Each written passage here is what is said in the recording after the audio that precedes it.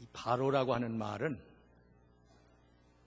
고대 애굽의 왕을 부를 때에 부르는 존칭어입니다.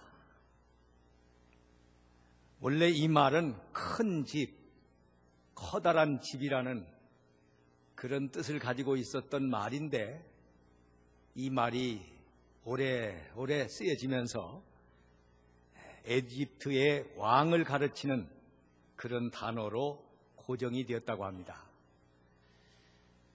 애굽의 왕 바로가 꿈을 꿨습니다. 그가 꾼 꿈은 풍년이 오는 꿈이었습니다. 바로가 풍년이 오는 꿈을 꿨다.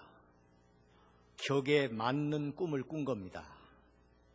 왜냐하면 왕은 나라를 부강하게 하는 것, 백성이 잘 살게 하는 일을 책임진 사람이기 때문입니다. 지도자의 꿈이 그 나라의 운명을 결정합니다. 꿈이 없는 지도자를 나라의 지도자로 세운다면 그 나라는 희망이 없을 겁니다. 꿈이 있는 나라에 미래가 있습니다. 왕의 꿈은 그 나라의 미래를 만드는 재료가 되는 것입니다. 인간은 꿈꾸는 존재입니다. 새해를 맞은 성도 여러분 모두 바로처럼 풍년을 꿈꾸는 성도들이 되시기를 바랍니다. 밝은 내일을 꿈꾸어야 밝은 내일이 옵니다. 행복한 가정을 꿈꾸어야 행복한 가정이 세워집니다. 풍년을 꿈꿔야 풍년이 옵니다. 건강한 삶, 아름다운 세상을 꿈꾸는 사람들에 의해서 건강한 삶도 아름다운 세상도 만들어지는 것입니다. 꿈은 미래를 예측하게 합니다. 그것이 바로 꿈이 가지고 있는 성격입니다. 과학자들은 독수리가 나르는 것을 이렇게 설명합니다. 독수리가 하늘을 가르고 나르는 것은 하늘을 나르고 싶은 꿈과 열망에 의해서 독수리가 하늘을 나를 수 있다 하는 것입니다. 아인슈타인은 말했습니다. 나는 특별한 재능이 있는 사람은 아니다. 단지 나는 굉장히 호기심이 많다. 아인슈타인을 아인슈타인으로 만든 것은 그가 가지고 있는 호기심이었다. 그런 얘기입니다. 행복에 대한 꿈이 행복자를 만듭니다. 아름다운 미래를 꿈꾸는 사람이 아름다운 내일을 만듭니다. 성공을 얻기 위해서 먼저 성공을 꿈꾸는 것이 우선입니다. 꿈은 미래를 예측하게 합니다. 바로가 꾼 꿈은 하나님의 예언적 계시였습니다. 꿈에 바로가 하숫가에 서 있었습니다. 아주 살진 암소 7마리가 나타나더니 갈밭에서 풀을 뜯고 있었습니다. 잠시 후에 또 하나의 꿈을 꿨습니다. 그 꿈은 뭐냐면은 충실한 7 이삭이 잘 익어서 바람에 나부끼는 그런 그림이었습니다. 바로가 꿈에 본 이 현상은 장차 있을 일을 하나님께서 보여주신 것입니다. 우리 속담에 그런 말이 있습니다. 평소에 먹은 마음 꿈에도 있다. 어떻게 하면 이 백성들을 잘 살게 할까를 늘 생각하다 보니 그런 꿈이 꾸어졌다는 심리학적인 설명도 가능합니다. 그런 희망과 기대를 늘 가지고 있기 때문에 하나님께서 그런 꿈을 꾸게 하셨다는 설명이 성경적인 설명입니다. 바로는 백성을 잘 살게 하는 일을 위해서 늘 노심초사하고 있었습니다. 나는 이 꿈을 이루기 위해서 이 세상에 태어났다. 내가 왕위에 앉아있고 바로요 바로요 존칭하는 얘기를 내가 듣는 것은 내가 이 나라 이 백성을 잘 살게 하는 일을 위해서 내가 해야 된다. 우리나라 경제 부흥은 이런 꿈을 가진 지도자 박정희 대통령에 의해서 만들어졌습니다. 보릿고개 없는 세상, 가난한 자들이 없는 나라, 잘 사는 세상을 만들고 싶은 것이 그의 꿈이었습니다. 박정희 대통령이 대통령에 취임할 때 우리나라 경제 순위는 72등이었습니다. 박정희 대통령이 퇴임을 할 그 무렵에는 경제 순위가 17등으로 뛰어올랐습니다. 세계 역사 속에서도 이런 지도자는 거의 없었습니다. 우리나라는 그런 지도자에 의해서 오늘의 경제 부흥과 잘 사는 세상이 온 것입니다. 인간은 생각의 산물입니다. 자신의 생각이 자신의 능력이요 자신의 자산입니다. 매일매일 자기 이상을 시각화해야 됩니다. 할 수 있다는 자신감, 해야 한다고 하는 사명감을 가지고 꿈을 실현해 나가는 것이 인생입니다. 그게 역사입니다. 하나님은 미래를 내다볼 수 있는 꿈의 창문을 주십니다. 꿈과 이상은 미래를 내다보는 창문입니다. 사랑하는 성도 여러분, 애굽의 왕 바로처럼 여러분들도 풍년을 꿈꾸시기를 바랍니다. 벌레 눈을 가지고 땅바닥만 쳐다보고 살지 마시고 독수리 눈을 가지고 멀리 바라보시고 사방을 넓게 바라보면서 풍년을 꿈꾸는 성도들이 되시라는 말씀입니다. 두 번째로는 꿈은 삶의 설계도를 그리게 합니다. 꿈꾸는 자가 꿈꾸는 것으로 멈추면 안 됩니다. 그 꿈을 어떻게 이룰 것인가에 대한 그림이 나와야 합니다. 진정한 현실주의자는 꿈꾸는 자라는 말이 있습니다. 왜 그러냐 하면은 꿈꾸는 자는 결국 그 꿈을 이루어내기 때문에 꿈꾸는 자는 몽상가가 아니고 현실주의자가 되는 것입니다. 꿈을 이루기 위해서는 꿈의 설계도가 먼저 있어야 합니다. 쥐와 집 짓는 꿈을 꿨다면, 꿈이 있다면 쥐와 집을 어떻게 질 것인가에 대한 설계도가 그려져야 된다, 그 말입니다. 이 예배당을 짓기 전에 나는 머릿속으로 늘 그걸 구상했습니다. 어떤 예배당을 질 것인가?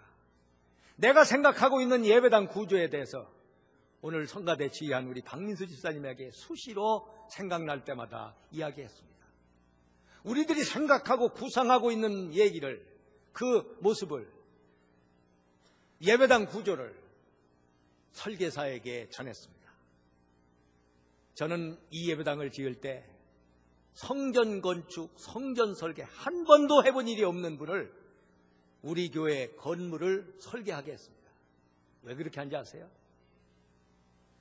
전문가에게 맡기니까 내가 이렇게 해 주십시오 요구를 하면 안 들어요. 목사님, 전문가에게 맡겨주세요. 내 말이 씨알이 안 먹어요. 아니, 우리 예배당을 짓는 거지 지 예배당 짓는 거야. 내가 요구하는 대로 안 해준단 말이에요. 설계비는 아주 싸면서도 우리가 요구하고 내가 생각하고 있는 그림을 그려내는 그 설계사, 금년 10월쯤이면 그 건축회사에게 우리가 감사패를 만들어 드리게 될 겁니다. 요셉은 바로의 꿈 이야기를 듣고 그 꿈을 실현시킬 설계도를 디자인하고 있습니다. 과연 요셉은 하나님의 신의 감동을 받은 사람이었습니다. 하나님이 바로에게 보여주신 풍년 꿈은 하나님의 감동을 받은 요셉에 의해서 구체적으로 설계도가 그려지고 있다고 하는 것입니다. 요셉은 꿈을 해몽하면서 이런 말을 합니다. 저는 꿈을 해몽할 능력이 없습니다. 하나님께서 왕을 위해서 해몽해 주실 것입니다.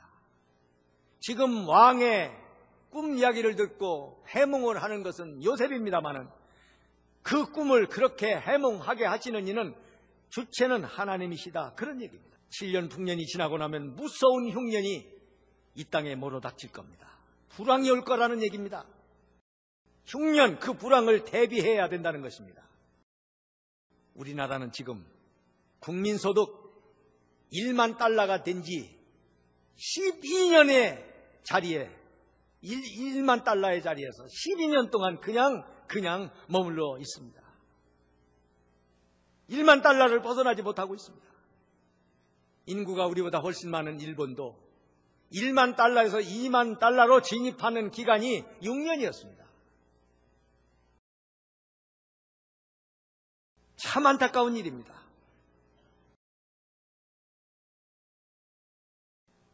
싱가포르 같은 나라는 자그마한 도시국가입니다마는 1만 달러에서 2만 달러로 진입하는 기간이 5년밖에 안 걸렸습니다. 이제 2007년에 이르러 우리나라는 13년 만에 1만 달러에서 2만 달러로 진입할 거라고 하는 기대치를 내놓고 있는데, 그것도 환율 하락에 힘입은 어부질이 참 부끄러운 일입니다. 왜 이럴까요? 나라가 왜 이럴까요? 경제가 왜 어려울까요? 경제 발전을 위한 꿈과 설계도가 지도자들에게 없었기 때문입니다. 목표를 세우고 그것을 달성할 수 있는 계획이 없었습니다. 국민소득 1만 불까지는 어떤 나라든지 똘똘 뭉쳐서 목표를 가지고 온 국민이 일사불란하게 나가게 되면 어느 나라든지 될 수 있답니다. 그러나 1만 달러에서 2만 달러로 올라가는 것은 실력이 뒷받침되지 않으면 안 된다는 겁니다. 여러분 지금 경영하시는 기업을, 지금 하고 있는 사업을 더 키우기 위해서는 여러분 계속 공부하지 않으면 안 됩니다. 지금보다 더 키우기 위해서는 그만한 키울 수 있는 실력을 배양하지 않으면 안 되는 거예요.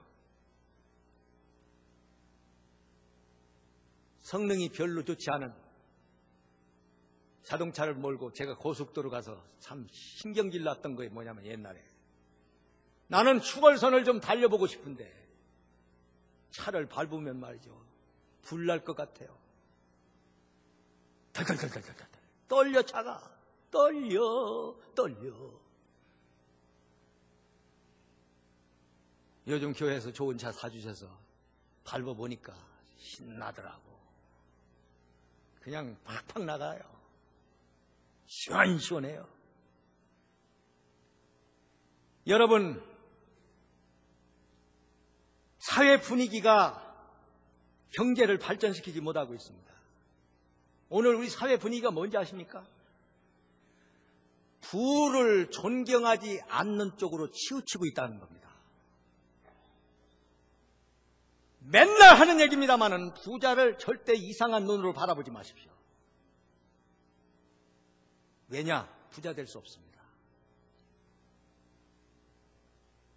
그걸 부러운 눈으로 바라보고 어떻게 하면 나도 저렇게 될 수 있을까를 생각해야 나도 그쪽으로 방향이 잡히는 겁니다. 일단 그래야 나도 따라갈 수 있고 나도 그렇게 되는 겁니다. 부를 존중하지 않는 사회적인 분위기는 경제 성장이나 선진국으로 진입할 수 없는 약점입니다. 개인 재산권을 인정하지 않으려고 하는 것 같은 사회적인 분위기는 경제 발전에 발목을 잡는 것입니다. 여러분, 꿈이 있습니까? 꿈만 있으면 소용이 없습니다. 그 꿈을 이루기 위한 구체적인 디자인을 하십시오. 설계를 하십시오. 꿈을 어떻게 이룰 건가를, 경제 성장의 꿈, 교회 부흥의 꿈을 설계하지 않으면 실현될 수가 없습니다. 세 번째로는 꿈은 목표를 세우고 실천하게 합니다. 꿈이 있다고 해서 저절로 이루어지지 않습니다. 그 꿈을 이루기 위해서는 꿈을 이루기 위한 설계도, 목표를 세우고 그 계획을 세우고 그 계획을 실천해야 이루어질 수 있어요. 얼마나 많은 땀과 눈물을 거기 쏟아부어야 합니다. 가만히 앉아있는데 저절로 자라나는 건 없습니다. 나의 목표가 있어야 돼요. 개인. 내가 되고 싶은 일을 할 수 있는 사람이 되려면 나 자신과의 약속이 있어야 돼요. 내가 무슨 일을 하든지 내가 하고 있는 일에 대하여 프로가 되겠다는 꿈을 꾸고 거기에 집중해야 돼요. 여러분, 프로란 최고를 지향하는 사람이에요. 내가 되고 싶은 일을 제대로 해내려면 그 일을 해낼 수 있는 능력과 실력이 내게 있어야 된다 이 말이에요. 왜 우리 아이들에게 공부를 시키는 겁니까? 왜 아이들에게 공부를 하라고 야단을 치는 겁니까? 꿈을 이뤄낼 수 있는 능력을 키우기 위해서입니다. 능력은 없는데 꿈만 있으면 그 꿈은 백일몽이 돼버리고 맙니다. 훌륭한 아이디어가 있다 하더라도 그 아이디어를 실천할 수 있는 능력이, 실력이 뒷받침되지 않으면 안 됩니다. 그래서 오늘 성경은 다윗이 바로를 향해서 요셉이 기가 막힌 이야기를 하고 있습니다. 33절에 보면 명철하고 지혜 있는 사람을 택하여 애굽 땅을 치리하게 하시고, 여기서 말하는 명철하고 지혜 있는 사람이란 능력 있는 사람을 말합니다. 요셉이 제안하는 꿈의 실천 방향입니다. 바로가 왕권을 가지고 곡식을 거두어 드리고 도시마다 그 식량을 저장해 두라는 겁니다. 사람을 움직이는 힘, 그 능력이 위로부터, 바로로부터 나온다는 겁니다. 사람을 움직이는 것을 통솔력이라고 합니다. 내가 가지고 있는 생각과 내가 가지고 있는 이상, 그 꿈을 사람을 끌어들여서 실천하고 그것을 달성하도록 만들어내는 것이 그게 지도력이고 통솔력입니다. 사람을 팔을 꺾어서 일을 시키는 게 아니라 그 마음을 붙잡아 끌고 가는 것이 통솔입니다. 업무 추진이라고 하는 것은요, 교회 조직이나 행정이나 일반 국가 경영이나 사회나 다 마찬가지인데 윗사람의 명령에 의해서 실행이 되고 아랫사람의 결과 보고에 의해서 완료되는 것입니다. 꿈을 이루고 목표를 달성하기 위해서는 전략이 있어야 됩니다. 전술이 뒷받침돼야 됩니다. 그 전략을 집행하는 유능한 인재가, 실력 있는 일꾼이 필요합니다. 잘 되는 회사를 가보세요. 개인 직원의 존엄성은 인정하지만 그 직원에게 분담된 임무와 책임에 소홀한다든가 그 일을 해내지 못한다면 이거는 엄격하게 처리합니다. 직원의 특성과 자존심을 인정하지만 책임지고 일하지 않는 사람은, 나태한 사람은, 무능한 사람은 그냥 해고되고 맙니다. 성경적 경영학이라는 책에 보면 기독교 신앙으로 성서적으로 해고가 가능한가 묻고 있습니다. 해고가 가능하다는 겁니다. 성경적이라는 겁니다. 부정한 관리, 해고시켜야 된다는 거예요. 무능한 사람 필요 없다는 거예요.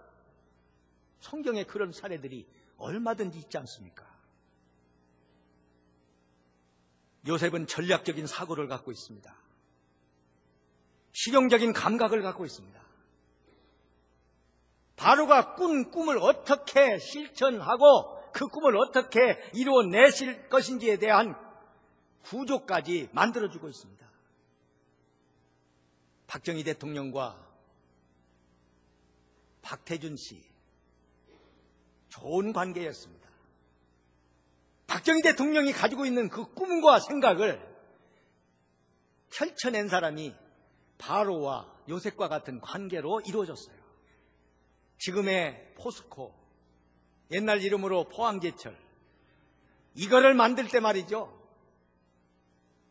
이거는 도저히 불가능한 일을 해낸 지적의 신화입니다. 한국의 제철소를 건설한다는 것은 엄청난 외환을 끌어들여야 되는데 엄청난 외환 비용에 비추어서 경제성이 의심된다라고 하는 것이 그때 당시 IBRD 아시아 지역 실무 담당이었던 선임연구원 자폐 박사의 평가였습니다. 그런데 박정희 대통령의 특명을 받은 박태준 씨가 포항제철을 성공적으로 일으켰어요. 가동한 지 1년 만에 빚을 다 갚아버렸어요. 어마어마한 얘기입니다.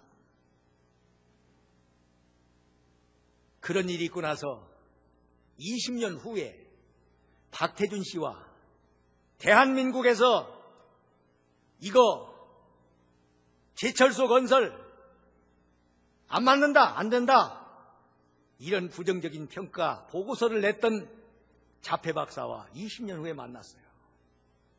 그런데 그 자리에서 박태준 씨에게 자폐 박사가 이런 얘기를 하는 겁니다. 20년 전에 한국에서 제철소 안 된다, 내가 평가했고 그렇게 보고서 냈다. 지금 대한민국이 이만큼 성장한 상태에서도 내가 평가서를 내라고 하면 그때처럼 그렇게 안 된다고 부정적인 견해를 낼 수밖에 없었다. 지금도 나는 그렇게 할 수밖에 없다. 그런데 그 말 가운데 기막힌 말 한마디를 하고 있습니다. 하지만 내가 모르고 지나친 것이 한 가지가 있다. 박태준 씨가 그에게 그게 뭡니까? 라고 물었더니 그것은 바로 박태준입니다. 내가 당신을 몰랐습니다. 포항제철은 당신과 당신의 직원들이 만들어낸 겁니다. 라고 하는 유명한 이야기를 남기고 있습니다. 무슨 얘기입니까? 아무나 하는 게 아닙니다. 사랑은 아무나 하나? 제철소 아무나 하는 거 아닙니다. 나라 발전 아무나 하나? 아무나 하는 거 아닙니다. 실력 없는 사람에게 맡기면 못 해먹는 겁니다. 안 되는 겁니다, 이건.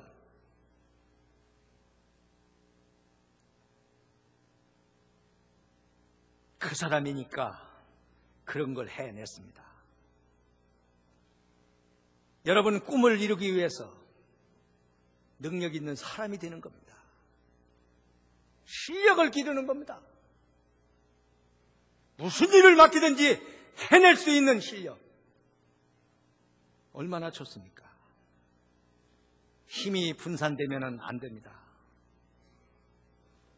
내가 가지고 있는 꿈과 목표에 내가 가지고 있는 지식과 기술과 재력, 모든 것들을 다 집중시켜서 그 일을 이루어내는 것입니다. 여러분, 레이저 기술 아시죠? 내 몸속에 들어있는 담석을 레이저로 쏘아서 깨부숩니다. 암세포를 레이저가 골라서 쏴 죽입니다. 이 레이저 기술은 에너지의 집중이 뭔가를 보여줍니다. 분산된 힘을 가지고서는 아무것도 못합니다. 그러나 그 광선이, 빛이 한 곳으로 몰입이 될 때 다이아몬드 같이 그 굳은 딱딱한 다이아몬드도 뚫어내는 겁니다. 집중력. 우리가 가지고 있는 힘을 하나로 집중을 해서 그 목표에 쏘아주면 구멍이 뚫린다, 그 말. 꿈은 미래를 예측하게 합니다. 꿈을 꾸고 미래를 예측하는 여러분들이 되시기를 바랍니다. 꿈이 있으면 그 꿈을 이룰 설계도를 그리세요. 여러분의 꿈을 디자인하세요. 그리고 땀 흘리면서 계획대로 실천에 옮기세요. 꿈은 반드시 이루어질 겁니다. 풍년을 꿈꾸고 꿈꾸는 풍년의 역사가 여러분 가정과 사업에, 우리 교회에, 이 나라에 임하기를 소원합니다.